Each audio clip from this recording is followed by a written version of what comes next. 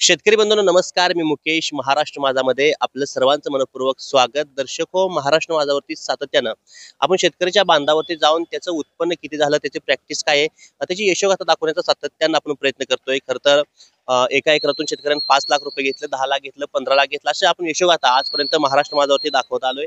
परंतु खरं तर तो शेतकरी ज्यावेळेस मार्केटमध्ये येतो त्याचा या मार्केटमध्ये त्याला कशा पद्धतीचा रेट मिळतो हे देखील बघणं अतिशय महत्त्वाचं आहे. त्याच माध्यमातून मी आता पंढरपूरमध्ये असलेलं मार्केट यार्ड, त्या मार्केट यार्डच्या तळावरती आलो आहे. खरं तर या सर्वात महत्त्वाचं म्हणजे जे खरबूज गेल्या महिन्यामध्ये चांगल्या पद्धतीने विकलं जात होतं, मार्केट होतं, तेच खरबूज सध्याला त्या ठिकाणी त्याचं रिव्हर्स मार्केट आलेलं आहे. त्यामुळे शेतकऱ्याचं देखील मोठ्या प्रमाणात नुकसान होत आहे. खरं या संपूर्ण गोष्टीला जबाबदार कोण आहे? खरं तर सध्याला रमजान महिना चालू आहे आणि रमजान महिन्यामध्ये त्या ठिकाणी शेतकऱ्यांना या महिन्यामध्ये आपलं खरबूज मार्केटला यावं या अपेक्षेने त्या ठिकाणी लागवड केली होती. परंतु या महिन्यामध्ये सुद्धा शेतकऱ्याला निराशाच त्या पद्धती त्या ठिकाणी बघायला मिळते. आज आपल्यासोबत बागल साहेब आहेत. नेमकं ही संपूर्ण यंत्रणा काय आहे आणि कशा पद्धतीने शेतकरी नुकसान होते जाणून घेऊया. तर बागल साहेब, महत्वाचं म्हणजे रमजान महिना चालू आहे.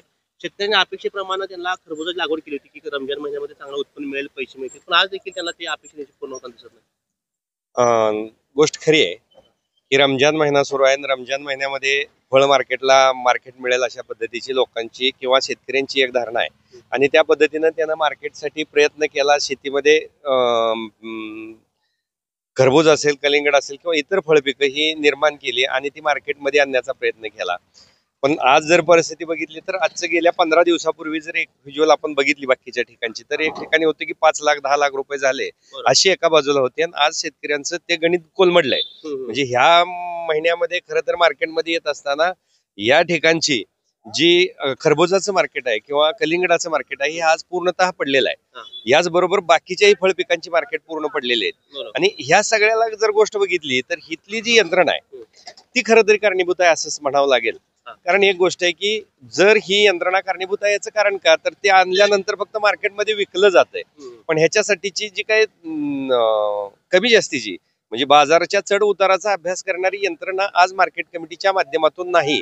खरं तरी मार्केट कमिटी ज्यासाठी निर्माण झाली ती बाजार समितीत एकाच ठिकाणी सगळा फल मार्केट व्यापाऱ्यांनाही मिळावा, शेतकऱ्यांनाही त्या ठिकाणी विक्रीची व्यवस्था व्हावी यासाठी बाजार समितीची निर्मिती झाली. पण बाजार समितीची निर्मितीचा मूळ उद्देश आज तशा पद्धतीनं सुरू आहे का, हा खरं तरी विचार या ठिकाणी करण्याची गरज आहे. एका बाजूला मार्केटमध्ये आलेला शेतकऱ्यांचा माल हा शेतकरी थांबवू शकत नाही, कारण एकीकडे त्याचं घटीचं अर्थकारण, दुसरीकडे याच शेतकऱ्यांना त्याच ठिकाणी स्टोरेजची सोय कुठंच नाही. जर समजा मालाला भाव नाही तर त्याला कुठेतरी 4 दिवस स्टोरेज मध्ये ठेवावा आणि त्यानंतर तो मार्केटमध्ये आणावा, अशा पद्धतीची यंत्रणा कुठेही साखळी उभारली गेली नाही. तर ती साखळी उभारली दिली जात नाही, ही एक परिस्थिती आहे. आणि मग ह्या ठिकाणी एवढं मोठं आज ज्या बाजार समितीमध्ये आपण आलोय ते खरं तर एवढी मोठी बाजार समिती आहे की ह्या बाजार समितीला खूप मोठं करू शकतो. म्हणजे ते करण्याचं काम खरं तर ह्याचं केलं गेलं पाहिजे. आता खरं तर आपण मग आतमध्ये फिरत असताना एक शेतकरी म्हणला तर शेतकऱ्याचं मरण आहे. एवढं मोठं पिकवायचं आणायचं शेतकऱ्याचं मरण आहे. कशा पद्धतीने काय भावना होते? खरं आहे, तो एक हातबल आहे, कारण त्याला याच्यातलं काहीच कळत नाही. कारण वेगवेगळ्या बाजार समितीमध्ये वेगवेगळ्या पद्धतीचा मार्केट चालतं. म्हणजे काही ठिकाणी जर बघितलं तर आज लातूर मार्केटमध्ये किलोवर मार्केट चालतं, आज आपल्या इथं ढिगावर मार्केट चालतं. म्हणजे शेतकऱ्याला किती नुकसान होते का शेतकऱ्याला फायदा त्यामध्ये? काही अंशी तिथं बऱ्यापैकी नुकसानच होतं, कारण का तर ढिगावरचं मार्केट ह्याला काही शाश्वतीच नाही. कारण जे समजा खरबूज असेल तर 10चा ढीग का 5चा ढीग का 15चा ढीग हा विषय वेगळा आहे. कलिंगडाचंही तसंच आहे किंवा इतर मार्केटमध्ये कुठलंही असेल तर ते ढिगावर जर असेल तर ते नाही. तर ऍक्च्युली हे खरं तर किलोवर मार्केट, म्हणजे दशमान पद्धतीमध्ये जर बघितलं तर कुठलाही व्यवसाय हा किलोवर व्हायला पाहिजे, परंतु ऍक्च्युअली तसं होत नाही. त्याच्यासाठी बाजार समितीचं दुर्लक्ष होतंय. मग ते कुठले म्हणजे ह्याच्यासाठी केळी मार्केट पासून तर बघितलं तर आज पंढरपूरमध्ये ते खुतावर मार्केट विकलं जातं किंवा त्या ढिगावर मार्केट विकलं जातं, म्हणजे विकले जातं. मग याच्यामुळे काही अंशी जरी एखादा दिवस फायदा होत असेल तर बाकीच्या बरेच दिवस हा तोटा होतो.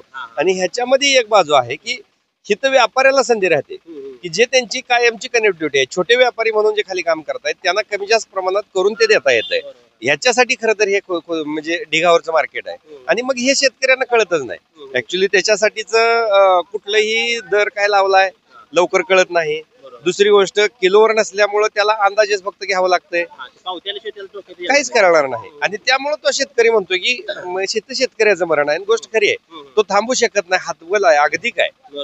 आणि ह्या अगतिकतेतनच अनेक गोष्टी होतात की जिथं त्यानं लाखोचा खर्च केलाय आणि मोठा जुगार खेळलाय आणि त्या जुगाराबरोबर आज जर हिथं बघितलं तर एक जर मार्केटमध्ये ह्या ठिकाणी जर त्याचा माल जर कमी किमतीनं जर गेला तर त्याचं सायकल पूर्णतः बिघडत आहे. म्हणजे सरासरी जर 70 दिवसाचं सायकल कमीत कमीच आणि 4 महिन्याचं जास्तीत जास्तचं फळ पिकाचं मार्केट आहे. मग ह्या 4 महिन्यामध्ये जर झालं नाही तर ह्याचा बोजा पुढल्या पिकावर येतोय आणि मग त्याला त्याचं उत्पादन येत नाही आणि पर्यायानं ते शेतकरी घटतोय आणि त्या पर्यायानं त्याच्या डोळ्यामध्ये खरं पाणी येत आहे.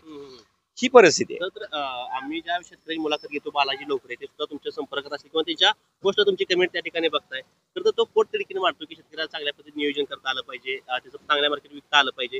शेतकरी जरी नियोजन असलं तरी पण ही संपूर्ण जी यंत्रणा आहे मार्केट कमिटी असेल, व्यापारी असेल, त्यांच्याकरता एक मत शेतकऱ्याच्या ठिकाणी नुकसान करण्याचा जाणून प्रयत्न करते. होय, खरी आहे गोष्ट की ही जी यंत्रणा आहे ही शेतकऱ्याच्या बाजूची यंत्रणा नाहीच. कारण बाजार समिती असेल, विधानसभा असेल किंवा लोकसभा असेल, इथं जाणारे प्रतिनिधी शेतकरीचे प्रतिनिधी किंवा शेतकऱ्याची लेकरं, शेतकऱ्याची पोरं आहे म्हणून जातात. परंतु हिथं खरं तर ही शेतकऱ्यांची नाही, ही खरं तर उद्योजक आणि व्यावसायिकांची व्यवस्था आहे. आणि ही व्यवस्था शेतकऱ्यांची कधी होईल हा खरा तर लय मोठा मुद्दा आहे. कारण बालाजी रोखण्यासारखा एक खुदकुरू पोरगा 40-50 लाखाचं कर्ज डोक्यावर घेऊन शेती करायला सुरुवात केली आणि गेल्या 5 वर्षात तो शेतीतून बाहेर आला हा एकमेव व्यक्ती. पण असं 10चं प्रमाण नाही. पण प्रामुख्यानं पंढरपूरमध्ये जो शेतकरी येतो या भागामध्ये बराच लांबून शेतकरी येतो त्याच्या सोयी सुविधा आहेत. पंढरपूरमध्ये खरं तर लांबून सुविधा इथं शेतकरी येतो पण बाजार समितीत ती सुविधा नाही, कुठंच नाही. म्हणजे शेतकऱ्याला अगदी स्वच्छ पाणी मिळेल असा आरोप लँड नाही मार्केट कमिटीच्या दृष्टीनं, किंवा स्वच्छता ही कधी नसते. म्हणजे दुपारी झाडलं जातं किंवा काही यंत्रणा टेंडर दिली जातात किंवा बाकीचं जातं, पण ते सगळंच लाग्या मांद्याच किंवा दररोजच्या संबंधातील आहे. म्हणजे अगदीच मार्केट कमिटीचा प्रशासन हे त्यांच्यावर बोलू शकत नाही किंवा काही गोष्टीची दुर्गंधीची गोष्ट होती. आज जर उदाहरण बघितलं तर या ठिकाणची 30-35 वर्षापासून सत्ता एक हाती परिचारक पांडुरंग परिवाराची आहे आणि ती नगरपालिकेमध्ये आहे आणि मार्केट कमिटीमध्ये आहे. पण एक गोष्ट आहे की साधं गणित आहे की ह्याच्यातलं जे गटार योजना आहे जवळपास नगरपालिकेनं 74 कोटी रुपयाची गटार योजना निर्माण केली, पण अगदी 200 फूट गटार आज तिथं निर्माण झाली नाही. आज तिथं दुर्गंधी येते. बाकीच्या सगळ्या ठिकाणची जर इथली व्यवस्था बघितली तर स्वच्छता असली पाहिजे, माल स्वच्छ ठिकाणी ठेवला गेला पाहिजे. त्याची व्यवस्था काय होती ही बघितलं पाहिजे. स्क्रीनिंग व्यवस्था आहे या ठिकाणच्या मालानंतर ज्या मालाचा निलाव होतोय तो मालाची स्क्रीनिंग अशा पद्धतीची सगळी यंत्रणा ठेवलेली आहे, पण ती टोटली मार्केट कमिटीची बंद आहे की त्याच्याकडे बघितलं जात नाही. थोलार हमाल कोण आहे ह्याच्यापेक्षा मार्केट कमिटीची यंत्रणा तिथं वापरली जात नाही. ती फक्त दाखवायपुरतीच लावलेली आहेत. अगदी तिथं टीव्ही लावलेत किंवा इंटरकॉम सिस्टीम आहे, पण त्या इंटरकॉम सिस्टीमचा कुठेही वापर होत नाही. ज्या ठिकाणी फक्त मार्केट चालू राहतंय त्या मार्केटमध्ये फक्त तिथं जागेवर निलाव होतो, त्याच्यातनं सांगितलं जातं आणि मग तू कुणी घेतलाय काय घेतलाय एवढं सांगितलं जातं आणि ते फक्त तोलार लिहून नेतात. म्हणजे फक्त कारकुनकीचं काम, पण प्रत्यक्ष दर्शनी काय होतं हे मार्केट कमिटीकडून होत नाही. सगळ्यात महत्वाचं म्हणजे ज्या पद्धतीने शेतकरी सेवा व्हायला पाहिजे, ज्या शेतकऱ्याला पैसे मिळायला पाहिजे, तर मार्केट कमिटी म्हणजे शेतकरी आणि व्यापाऱ्यांमध्ये दुवा त्या ठिकाणी. पण ज्यावेळी एका भागामध्ये दर आहे तर दुसऱ्या भागामध्ये पाठवायची काही सोय या मार्केट कमिटी मार्फत केली जाते. इथं कुठली सोय नाही. जे व्यापाऱ्यांनी पाठवायचं आहे तेवढंच किंवा त्या व्यापाऱ्यांनी करायचं आहे एवढंच आहे. मार्केट कमिटीनं खरं तर ही स्टोरेज व्यवस्था एक सार्वजनिक म्हणून निर्माण केली पाहिजे होती आणि करायला हवी. खरं तर कोणा फक्त मार्केट कमिटीचा हेतू तर हा त्यांच्याकडचा कुठला भाग आहे म्हणून दोष आहे असा भाग नाही, पण तो विचारच केला जात नाही. मग ह्या विचार करण्यासाठी ज्या वेळेस आहे की मार्केट कमिटीनं एक आहे की आज 1.5 टन 2 टन 5 टनाची सिंगल फेज कोल्ड स्टोरेज आले. खरं तर मार्केट कमिटीने ते घेऊन त्या ठिकाणच्या शेतकऱ्याकडे ते दिली तर ते स्टोरेज तिथं होईल, तिथं माल थांबवला जाईल किंवा ती यंत्रणा येईल. किंवा बाकीच्या ठिकाणी एपीएमसी मार्केटमध्ये मार्केट काय आहे, लातूरच्या मार्केटमध्ये काय आहे, सोलापूरच्या मार्केटमध्ये काय आहे, काय पद्धतीचे रेट आहेत याच्या संदर्भातला कुठलाही चर्चा आणि अभ्यास केला जात नाही. खरं तर ते मार्केट कमिटीनं केलं पाहिजे आणि हिथं त्या स्क्रीनिंगवर दाखवलं पाहिजे की आज सोलापूरचं मार्केट एवढं आहे, म्हणजे हिथला व्यापारी पण तो वर येईल, हिथला शेतकरी असेल तर तो त्या ठिकाणी नेताना विचार करेल किंवा हिथनं पाठवण्याची सोय खरं तरी करायला पाहिजे. आणि खरं तर मूळ उद्देश बाजार समितीचा हाच आहे. म्हणजे बाजार समिती निर्माण होण्याचा उद्देश केवळ मार्केटमध्ये शेतकऱ्यांना फायदा व्हावा आणि व्यापाऱ्यांनाही तिथे एका छत्राखाली सगळे व्यवसाय म्हणजे माल मिळावा यासाठीच खरी तरी ही यंत्रणा आहे, पण तशी नाही. बरोबर. तर आता आपल्याला माड्याचा शेतकरी गाठ पडला आणि माड्या शेतकरी बोलता म्हणलं की कुठून माझी फसवणूक जायची वाटते आणि तो लातूरच्या मार्केट कमिटीचं कौतुक करतो या ठिकाणी. काय त्याबद्दल? हो, खरं आहे. अंजनगाव उमाटेचा माड्यातला शेतकरी हा या ठिकाणी खरं तर अगदी त्यानं बोलला आणि त्यावेळेस खरं तर मनाला दुःख वाटलं की आज ज्या बाजार समितीच्या भागामध्ये आल्यानंतर त्यानं खूप आशेनं आला आणि त्याला या ठिकाणी एक अपेक्षाभंग त्याचा झाला. कारण अपेक्षाभंग झाला म्हणण्यापेक्षा त्यानं इथं बोलून दाखवलं की लातूरची बाजार समिती ही खूप चांगली आहे. मग आता खरी गोष्ट आहे की लातूरची बाजार समिती चांगली आहे म्हणल्यानंतर लातूरच्या बाजार समितीचा अभ्यास केला पाहिजे आणि मग त्याचा बदल आणि आपल्यातला बदल हा नक्कीच घेतला पाहिजे. इथं जर हिथल्या मालाला जर का एका ठिकाणी ढिगावरचं मार्केट आहे आणि लातूरचं बाजार समितीचं मार्केट आहे, ही त्याच्या बोलण्यातून एक आलं की ते तिथं किलोवर आहे, म्हणजे त्याचा किलोवरचा विश्वास आहे आणि त्या ठिकाणचे रेट आहेत तिथं त्या रेट प्रमाणे तिथं चालवलं जाते. तसं मार्केट हे पंढरपूरचं चालवावं अपेक्षित आहे. ते म्हणजे ज्यावेळेस डाळिंबीचं मार्केट पंढरपूर चांगल्या पद्धतीने चालत होतं ते कुठं मोडगं सारखं वाटतं.